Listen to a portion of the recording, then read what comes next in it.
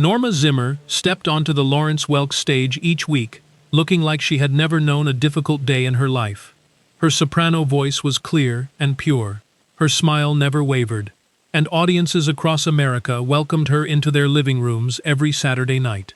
They called her the Champagne Lady, a symbol of grace, warmth, and simpler times. But the woman behind that serene image had a story that television lights never fully revealed. She was born Norma Beatrice Larson on July 13, 1923, on a dairy farm in Shoshone County, Idaho. When she was around 2 years old, her family relocated to Seattle, Washington, where most of her childhood memories would take shape. Her father was a violin teacher, and music filled their home naturally and constantly. Young Norma wanted to follow her father's path on the violin, but he noticed her hands and gently steered her elsewhere, toward her voice.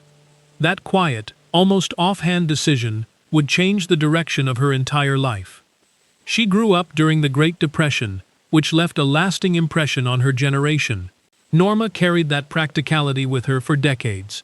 Even after becoming a nationally recognized face, she never chased the spotlight for its own sake.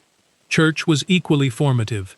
She joined the choir young, learning harmony, breath, and the feeling of singing before an audience long before any professional stage. Faith took root in those pews and never left her. After receiving a scholarship to Seattle University, Norma chose music over academics and eventually headed to Los Angeles in her late teens, following the encouragement of a guest artist who had heard her sing. California in the early 1940s was loud with ambition, and she arrived with nothing but her voice and years of disciplined practice. She joined professional vocal ensembles, including the Norman Luboff Choir, and spent years singing on radio programs, film soundtracks, and major recording sessions, often invisible to the public but essential to the final product. Her voice quietly appears in Bing Crosby's recording of White Christmas, one of the best-selling songs in music history. She contributed to sessions with Frank Sinatra, Judy Garland, Dean Martin, and others, always behind the curtain.